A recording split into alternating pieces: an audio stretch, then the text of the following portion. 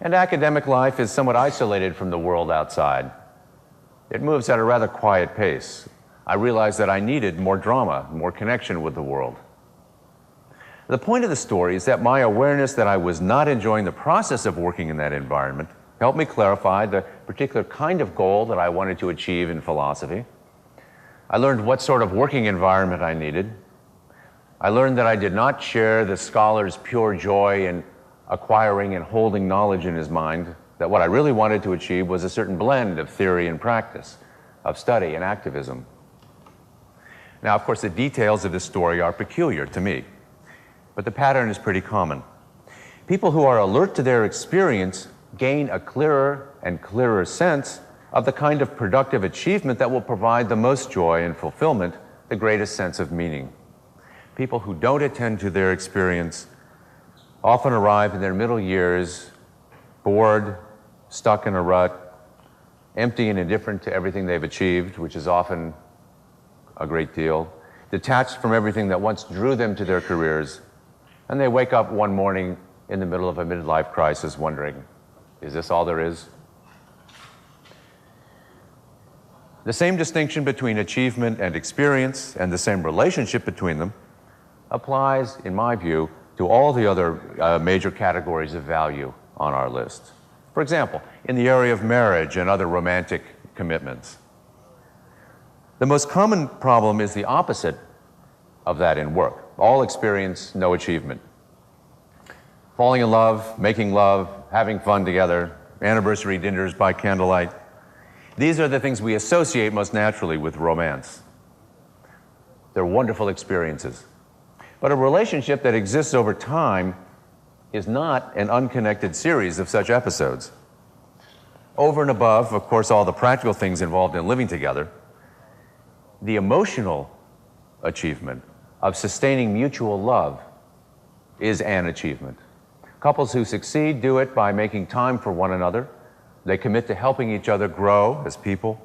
They invest themselves in attending to the other's needs and fears and in opening up to reveal their own. These things take deliberate thought about one's goals in a relationship and deliberate effort to achieve them. In fact, I may say that women tend to be somewhat more alert to than men. That was a joke. That was a self-evident truth.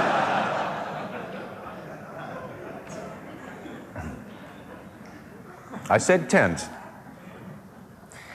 And notice that I'm using the concept of achievement in a much broader way than is customary in objectivism, where it is normally associated just with productive work. I would define achievement as the creation of value in any realm, whether it is work or relationships or raising children or whatever. And I would argue that the interplay of achievement and experience applies to every realm as well as work, and that finding the right balance between them is essential if one's core values are to provide a sense of meaning.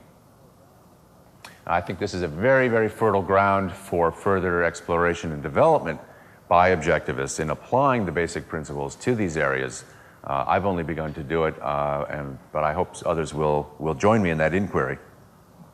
But let me move on now to another point, a grimmer one. If there were any doubt about the vital importance of a sense of meaning in one's life, or about the role of purposes and core values in providing that meaning, the phenomenon of depression lays that doubt to rest. I want to talk briefly about depression because it provides so graphic an illustration of everything that I've been saying. Now, I'm speaking of serious depression, clinical depression, not the bad moods or down days that all of us have. In most cases of depression also, and perhaps all of them, chemical imbalances in the brain are among the causes. And to that extent, of course, depression is outside the realm of purpose and choice and value that we're concerned with. It's a medical condition and it ought to be treated medically. Although I don't think it's ever entirely a chemical problem. However, I'm not concerned with causes here. I'm concerned with the inner experience of depression and what it tells us about meaning.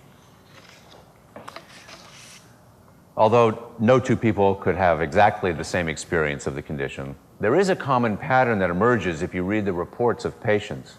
It's a pattern of oscillation between a kind of active pain and a passive apathy, fatigue, and ennui.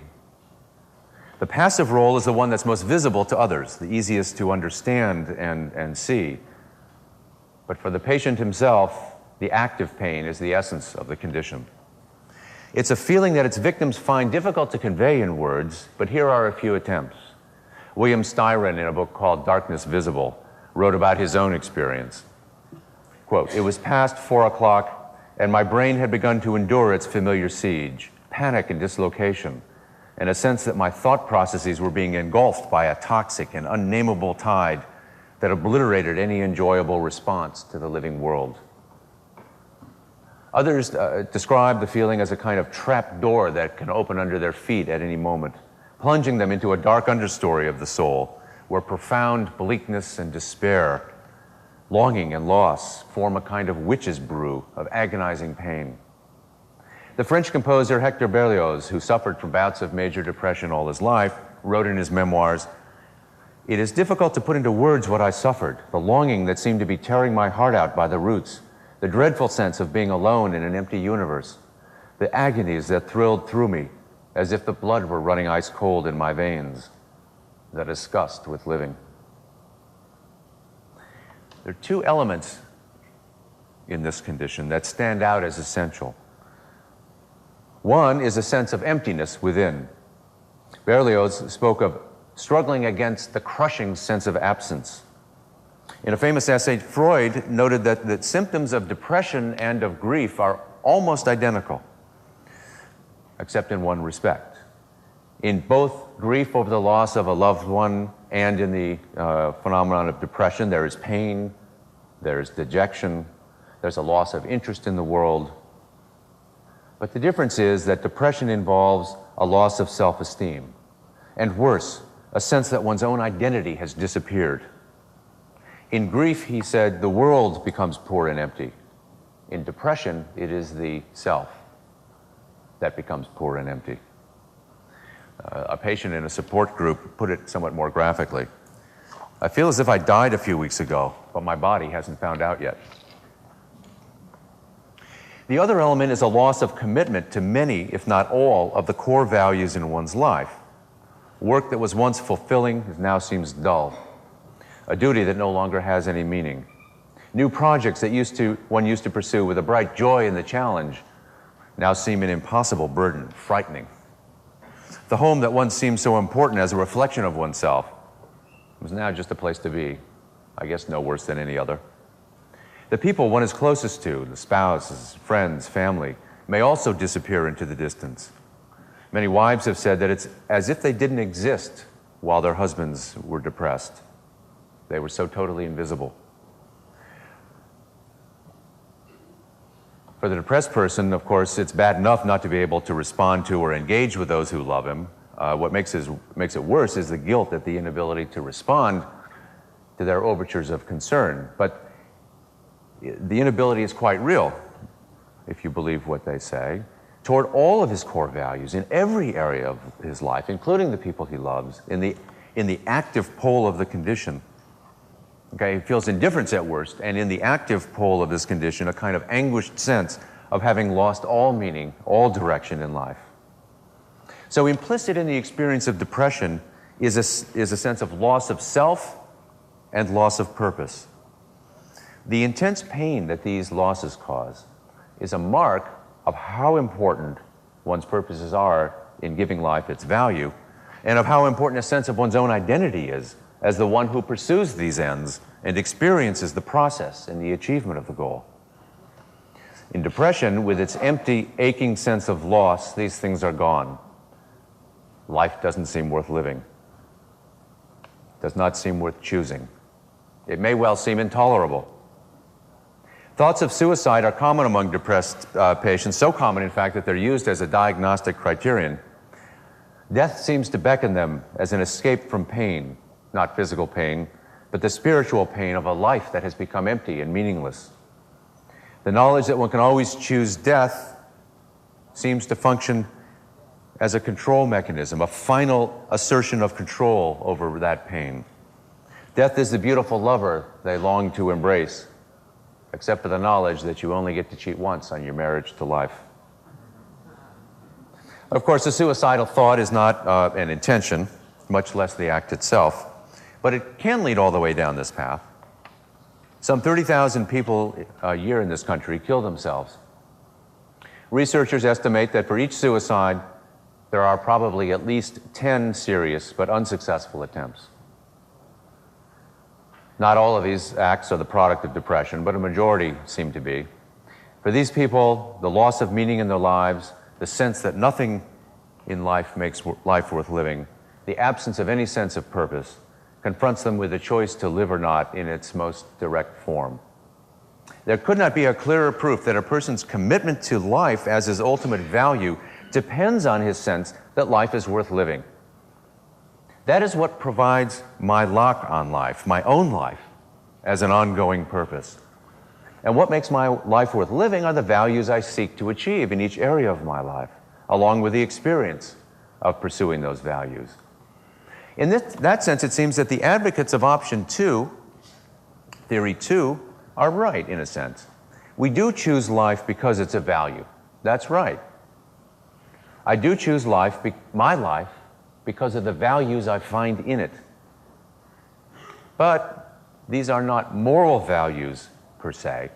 They're the deeply personal values that we've discussed. My work and the particular satisfactions that it brings me, my marriage to this person and what it means to me to have that relationship, my sense of freedom and the sense of freedom I get from driving fast, all the particularities of one's own personal experience. Okay. These and the other particular concrete elements of my life, one's life, are what make it worth living. Now, it's still true, in other words, that there is no universal moral obligation to choose to continue my life. The basis for that choice is not morality per se, but the concrete values at the top of my hierarchy, the ones that structure the content of the real life that I'm pursuing and choosing to continue. And on the other hand, if the meaning and joy in my life have deserted me, and I'm thinking of killing myself, moral injunctions are beside the point. I mean, when someone says that, should I take my own life, he would have to condemn me to the lowest rung of hell. What am I supposed to say? Oh man, then I'd really be in trouble. If someone is depressed or has otherwise lost a sense of meaning in life or hasn't yet gained one, what he needs is a way to connect or reconnect with his core values, and to renew his commitment to them, and thereby regain a lock on his life as an ultimate value. Now, I have used the concept of commitment to describe our relationship to our core values. And I've also talked about the manner in which these commitments have to operate in our lives in order to provide them with meaning. At the level of our core values, our commitments to them are what give structure to our lives over time. They integrate the days and the years into a meaningful whole. They're deeply embedded in our personalities and characters. They provide us with a sense of our own identities as individuals. They are the stable features of the self, and they allow us to project our lives into the future. They allow us to act in the present with a confidence that our future selves are going to carry through.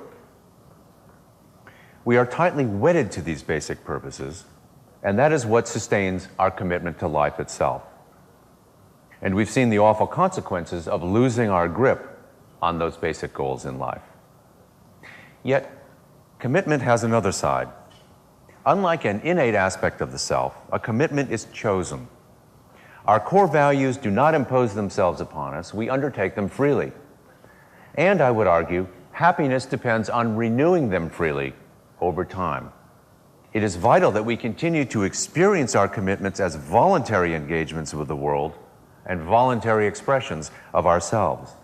So you see, there are two aspects to commitment. There is the signing on to a goal, locking onto it, and there is the experience of that as an act of choice, which one could choose otherwise, one could undo. You know, it's very easy and very common for people to come to experience their commitments as projects that they signed on to long ago and are now locked into. They once adopted these goals freely for the happiness they expected them to bring, but now they experience their life choices as constraints or as duties. Indeed, they may experience the whole structure of their purposes as a kind of prison. They might find that their work commitments have put them into a career and they feel, how could I leave? They have a relationship in which they have invested time, there are expectations. It is no longer an option to choose that or choose otherwise. Well, I've said that in choosing to live, we choose to continue our individual concrete lives with the individual content that they have. If your life is a value because you choose it, the same is true of the basic commitments that give structure to the content of your life. They too are values because you choose them. And this is the practical meaning of option one, the view that I defended on theoretical grounds at the beginning of this talk. And this brings me to the final and rather briefer stage of my argument. Consider a person who has to attend a boring sales meeting. Doesn't expect to get much from it, but it's part of the job, he's got to go. And he says, well, I don't know, I have to go. I don't want to, but I have to go. What if we asked him, why do you have to? You could choose not to go. Well, I have to go because if I don't go, it'll be a mark on my record, it'll be harder to get the raise and move up in the company. Well, all right, why do you want to do that? You chose to work in this company. You didn't have to choose that. You don't have to choose to continue. Oh my God, I've got a pension plan. I've got years invested here. I have to go out and look for another job. Well, you could do that. Well, I've got to earn a living somehow. I've got to have a career. Well, that too you could choose. For most of us, we don't have to invest in high-powered corporate work in order to earn what we need to live. You could choose to be a beachcomber. You could choose to live at a lower standard of living. The point is, if you start with something that you feel you have to do as a kind, it comes from a feeling that you're locked into one of your key choices. Perhaps it's a job that you have and have had for a while. Perhaps it's a marriage you feel stuck in. Perhaps it's a house you don't really like but just don't want the hassle of living. And you feel you have to do all these things. Well, you don't. You have to do them if you want to achieve a higher level value that you've chosen. And you chose it because of some higher level value. Well, you can take that all the way up to the top, ultimately to choosing, why do I want to live? Sartre's concept of bad faith, I think, has a degree of validity, although not in the context that he talked about it. There is a kind of bad faith in saying, I have to do this, period. Not because I want it to achieve a higher goal, not because I'm choosing it as part of a total life or total large-scale plan to achieve one of my core values. And it's bad faith because you are denying your own responsibility for making the choice to do that and for investing in it and for continuing to do it. We are not determined by our goals any more than by our genes. Well, then what happens when we get to the level of core values? What happens when we ask the guy who doesn't want to go to the sales meeting up to the question, why do you want to work at all? Why do you want to have a career? I have to have a career. Objectivism says so. Well, no, it doesn't. It says a career offers a kind of value, a particular career, if you love it, if you find it, but you choose it. And it is a value to you only if you do choose it. And I would argue, only if you can experience that choice as giving meaning to your highest goal and to all the subsidiary goals, down to attending that damn sales meeting. which actually could be interesting if you thought of it as a choice and went into it with a question like, well, what can I learn from these bozos? Or what can I learn about how meetings shouldn't be run by carefully observing? Or by working out in my head while I'm pretending to listen what the correct position is on, do we choose life because it's a value, or do we choose value because it's... Now, there is a kind of philosophical puzzle that philosophers have raised. What happens when we get to those basic level choices, the choice of a particular career that is a core value that we adopt as an end in itself? We choose it as an end in itself, not as a means to something higher. So where does that choice come from? Why do we choose it? Is it arbitrary? Many conservatives and communitarians have argued, yes, if you are choosing your core values, not accepting them from society, not accepting a higher level goal, if you choose them, you are going to experience your own life as arbitrary. It's only if you accept a social role or service in a cause as the ground for the choice of your basic values that you will understand, that you will feel them, experience them as non-arbitrary. So we have to live for something higher, excuse me, in order to avoid the sense of arbitrariness. Existentialists say the same thing in a sense, it's just the other side of the coin. Sartre and others held that life is absurd precisely because nothing does dictate what core values we should pursue. We freely adopt these projects in our lives, but nothing tells us what projects to adopt, so it's absurd. And we feel it as absurd. And that's not good. But objectivism, I think, says that choices at that level come from the self. They come from our saying at some level, I want this. I have looked at many, many things in the world. I want that one. I want this kind of career working here. I want this person. I want to do this with my free time. Now, I'm sure that we can explain where those choices come from by looking back in the history of our associations and what we find most comfortable in terms of our cognitive style, et cetera, and et cetera. We can explain many of those wants. The self is not this disappearing node that Sartre talked about, nor is it a social construct as the collectivists hold. The self is a real, existing entity that has been developing over time as it lives through the content of our lives. But I'm not interested in explanations. I'm interested in experience. The experience is, I want this, and that's sufficient. Of course, I have to accept reality.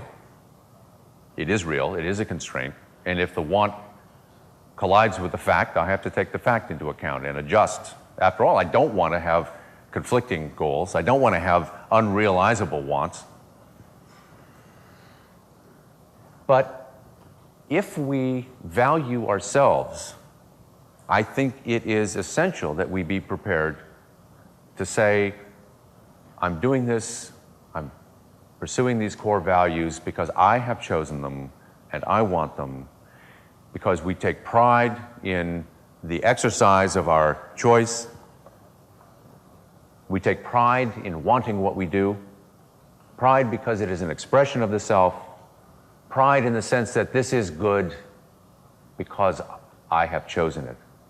Just as the world to John Galt in the Valley took on meaning, beauty, and value because of his own magnificent capacity to understand and enjoy it. In The Fountainhead, Gale Winden is thinking to himself about his life. And he says, if it were true, that old legend about appearing before a supreme judge and naming one's record, I would offer with all my pride not any act I committed, but the one thing I have never done on this earth, that I have never sought and outside sanction. I would stand and say, I am Gail Wynand, the man who has committed every crime except the foremost one, that of ascribing futility to the wonderful fact of existence and seeking justification beyond myself. This is my pride, that now, thinking of the end, I do not cry like all the other men of my age. But what was the use and what was the meaning? I was the use and the meaning. I, Gail Wynand. That I lived and that I acted. You are the meaning of your lives. You are also the authors. Godspeed.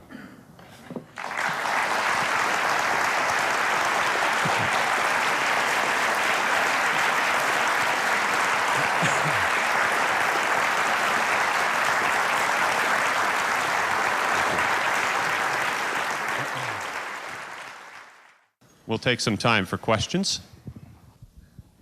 David, I saw you talked about one of those two choices. One is intrinsic, one is subjective. I expected you to say that your solution was objective. And you may have said it and I just escaped me. The solution to the philosophical paradox. These are the two positions that constitute the paradox. There's no third position. I wouldn't say that one of these is intrinsic, one is subjective per se, and that there's some third solution. No, I think one is the correct statement.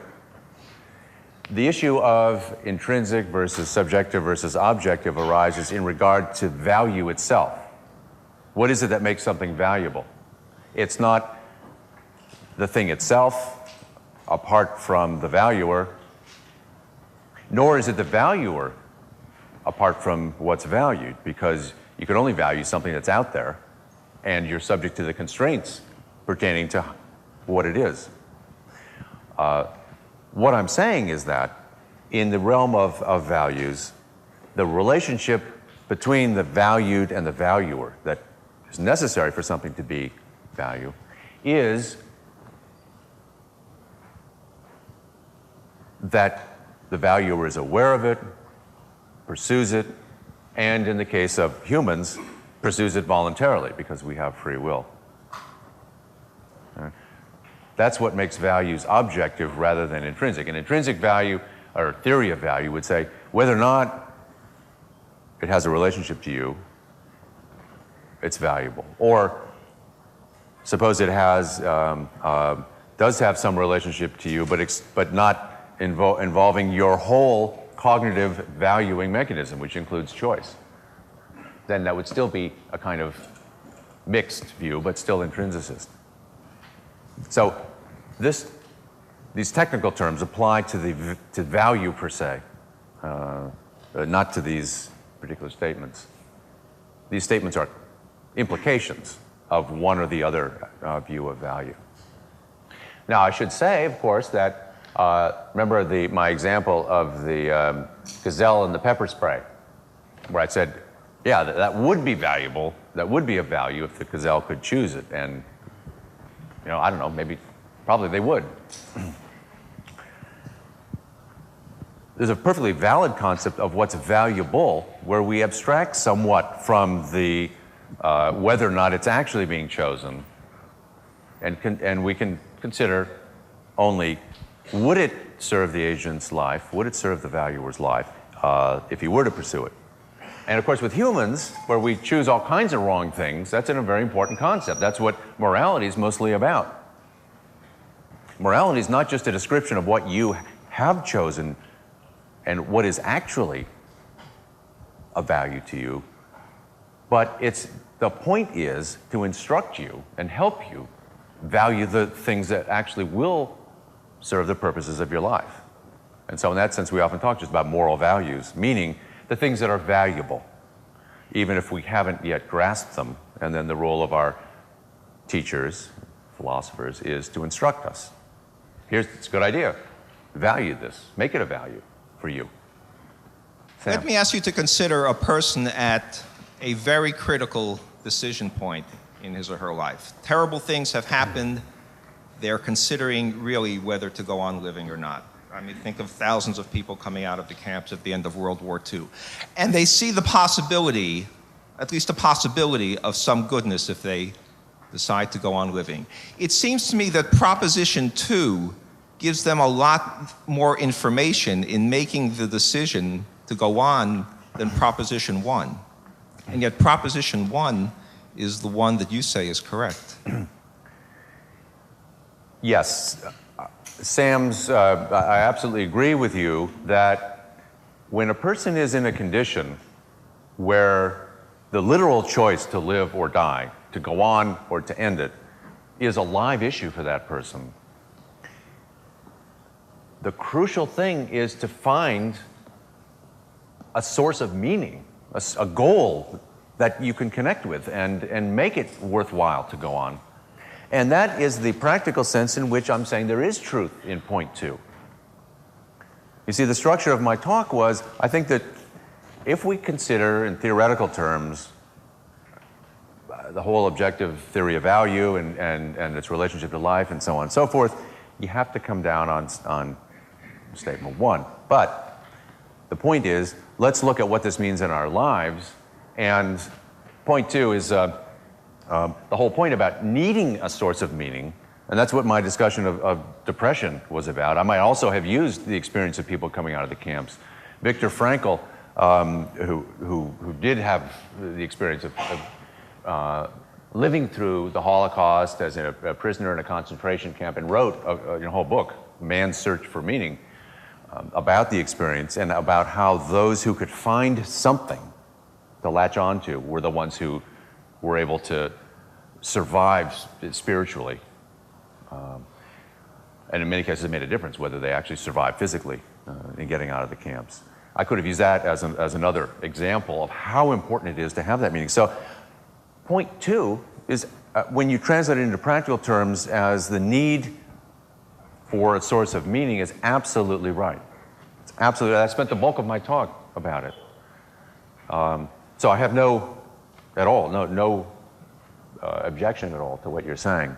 However, I think at some point, maybe when you're wrestling with that question is not exactly the moment, but at some point, the experience of having chosen this has to come into play to make it fully meaningful.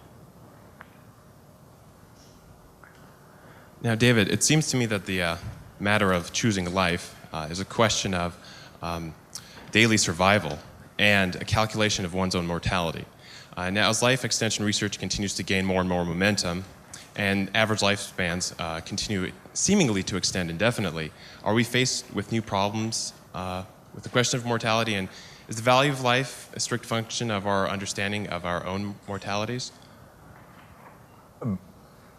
Are you talking about life extension or death removal? Well, is my life more meaningful with an 80-year lifespan, or does that somehow change with some kind of promise of a 250-year lifespan? One of the things that I think we need to get past is the kind of reductive view of life in the sense in which we choose it as being measured in some way in years, as if one's obligation was to live as long as you can. You know, to live on yogurt and salad so that you can live to 100 like those, mountain people instead of 80. That's a reductive. I describe it as reductive because it's a biological standard, and we're not biological beings. We're spiritual beings as well as biological. The life that we choose is a life that's full of content, rich in meaning, and it's only if we choose those meanings that we have the ability to live at all. So it seems to me that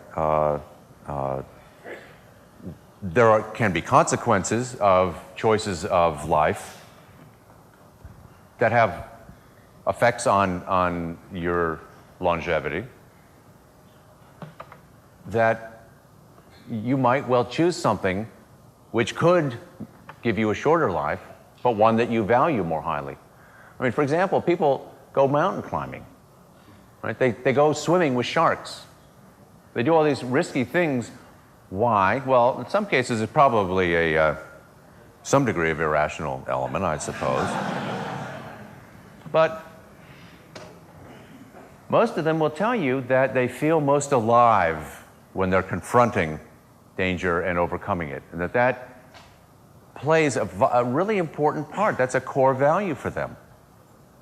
They prepare for it. They don't do it intending to die. Most of them are control freaks who, prepare their equipment, learn everything about it, and then go do it.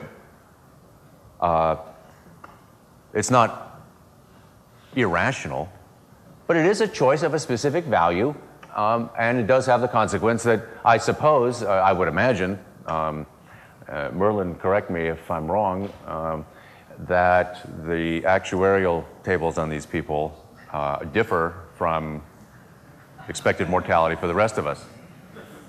Now, first, you were asking, and let me ask you, were you also intending to ask about the extension of life through medical advances and the implications for how that would change our concept of the choice to live? Absolutely. How valuable do you see it at this point for the average person to seek life extension? Well, I think that depends on what the person in question, not the average person, but you, or me, wants out of life. But of course, if these things are available, I want to take advantage of them for sure. Generally speaking, if there's no other things being equal, more life is better than less. So if medicine can extend our lives, as it has so brilliantly over a couple of centuries, great. The longer the better. So long as, we don't live on as Dorian Gray. That is, we were able to enjoy, those extra years. But I don't know. I guess I wouldn't get hung up about it. It's an interest, and some people that matters. I know that matters to some people. That is extending and living for those extra years in a way that it just doesn't to other people. In terms of what you have to do. If it lands on your plate, no one would turn it away. But if you, right now, it's a kind of project. I know some people are pursuing that project and as individuals in their own lives, and most of them take a great interest and invest in some of the projects, the science and the production of new drugs and therapies. That's wonderful, but I can't see it as an obligation. Toward the end of your talk, it sounded like you were saying that some of the core values on your list, such as career and where you choose to pursue it and romance and so on, sounded as though they were sort of philosophically unconstrained choices. And I was wondering if you wanted to qualify that, because I can see some problems with that in terms of somebody choosing a career they're not fitted for, or they haven't thought through, or they're not prepared for, or even the Gail Winan example, which would be a real extreme case. He's chosen something which his career choice, if it's unconstrained, is to have power over other people. I'm not sure which of two questions you're asking. I'm asking whether those core value choices, career and where you're going to have it, are truly just totally unconstrained. You can choose anything you want without any other philosophical or moral constraints. No, of course not. If the question is the choice of core values unconstrained? Nothing's unconstrained. Brushing your teeth is not unconstrained. The point is that one doesn't have a career. One has this career, and this career is what you value. I don't value career. There's a sense in which if I haven't found one yet, and need to find one. I feel that a career is an important thing to me, but I haven't found the right one yet. Then I'm searching for, in a sense, I'm valuing career in a general sense without having locked on to a particular career that I value. But what I'm looking for is something in particular that will give me satisfaction. Now, that's not unconstrained. I've got to find one that actually creates value. I said achievement is the creation of value. There are objective standards of value. Wielding power over people is not a value. Enslaving people, defrauding them. There are many things that, collecting string is not much of a value. So that would be the answer. But there are zillions of values you could choose to create in the world, and that's up to you. Thank you very, very much, everyone.